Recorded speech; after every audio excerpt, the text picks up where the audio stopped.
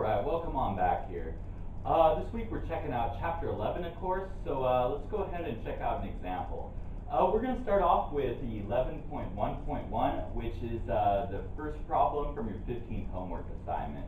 And just FYI, from here on out, the homework assignments should be super light.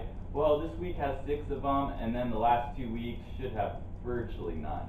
But you're almost done. Alright, so for this problem, we're told that a random sample of 22 values was selected from a population, and the sample standard deviation was computed to be 116. Based on the sample results, compute a 90% confidence interval estimate for the true population standard deviation. So we just want to calculate out a confidence interval, well, not for the population variance, but for the standard deviation.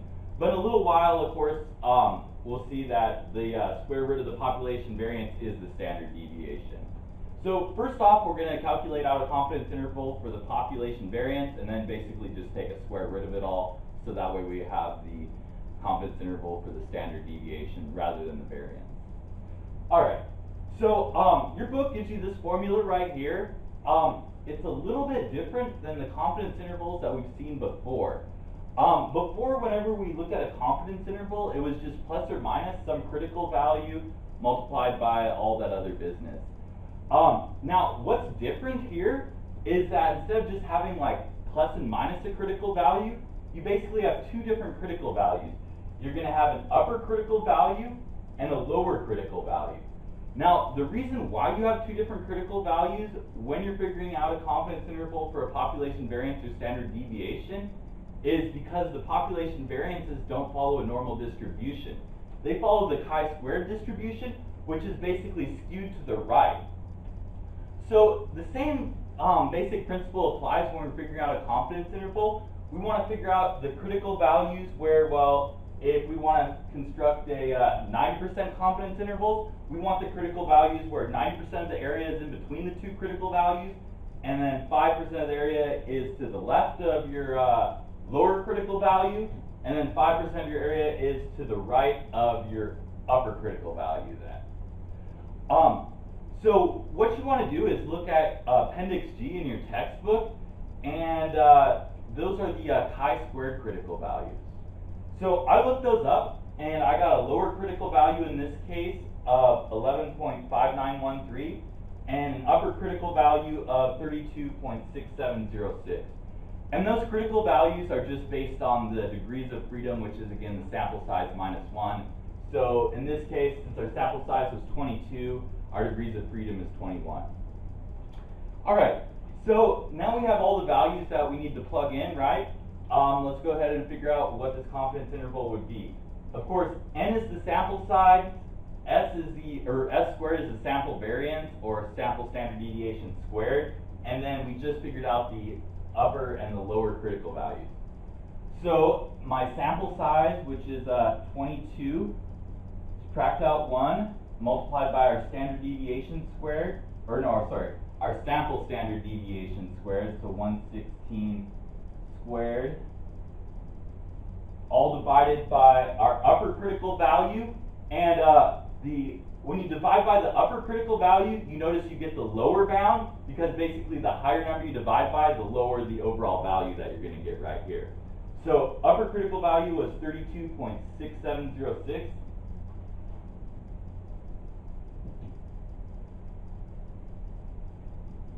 And then from the formula, we know that is going to be less than or equal to the population variance, which is less than or equal to that n minus 1 again, or 22 subtract 1, multiplied by the sample standard deviation squared again, 116 squared, all divided by then our lower critical value, and again that came out to be 11.5913.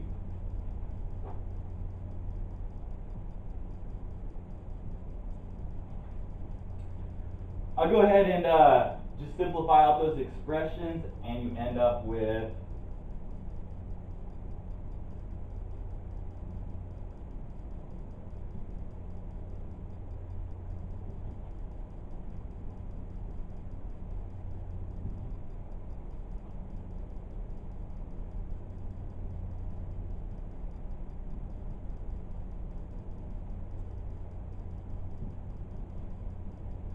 So the 90% confidence interval for the population variance, or standard deviation squared, is between 8,649 and 24,378. But notice we're asked to figure out a confidence interval for the population standard deviation, not the variance. So don't forget, of course, the standard deviation is just the square of the variance, so it makes sense. We just take the square root of everything here. So the square root of 8,049, square root of the variance, which is of course the standard deviation, and then square root of the 24,378, and we get the population standard deviation. We are 90% sure or confident that it is between 93 and 156.14.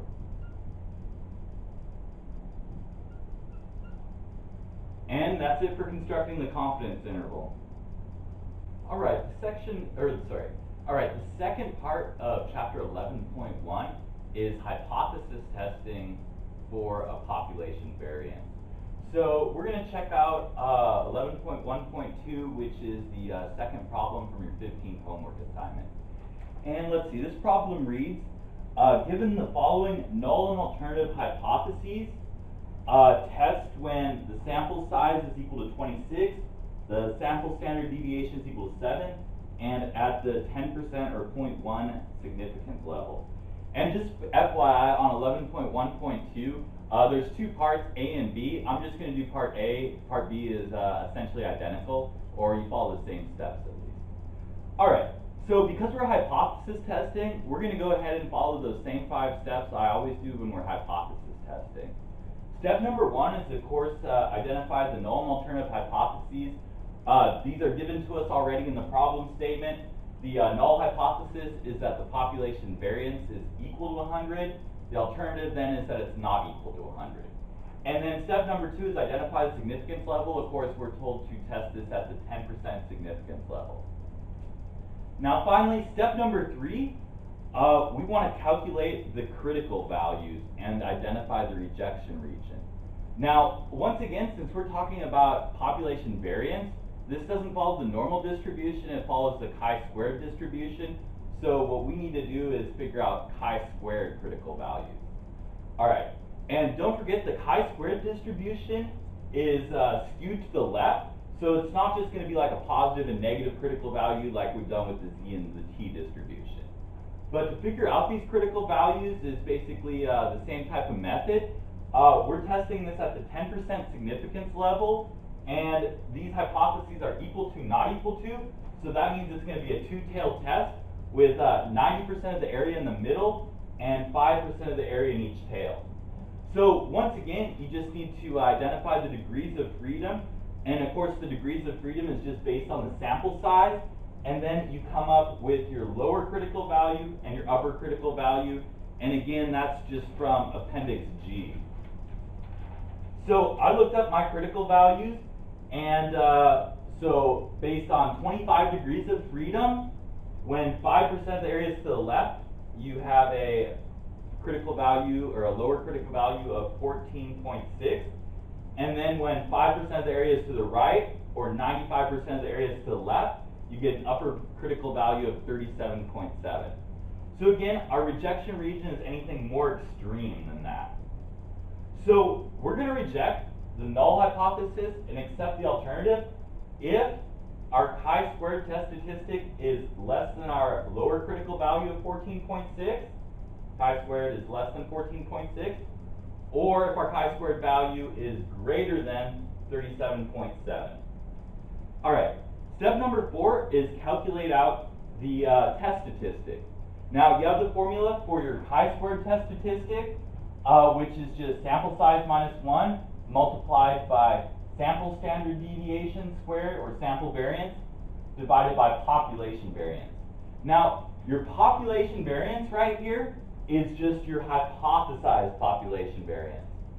So filling out these values, of course, n is 26, so we have 26 subtract 1 multiplied by our sample standard deviation squared, or 7 squared, all divided by our hypothesized population variance, which is going to be 100. So I get a chi-squared test statistic in this situation of 12.25.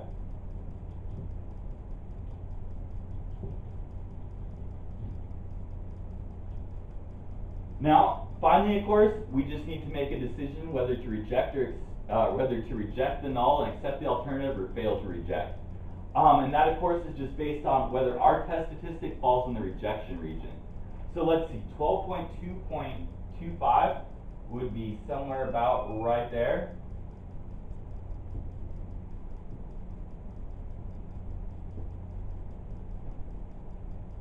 And that is clearly in my rejection region because we got a chi-squared value that is less than 14.6.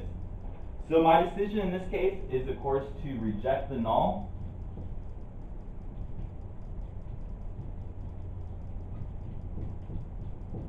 And accept the alternative.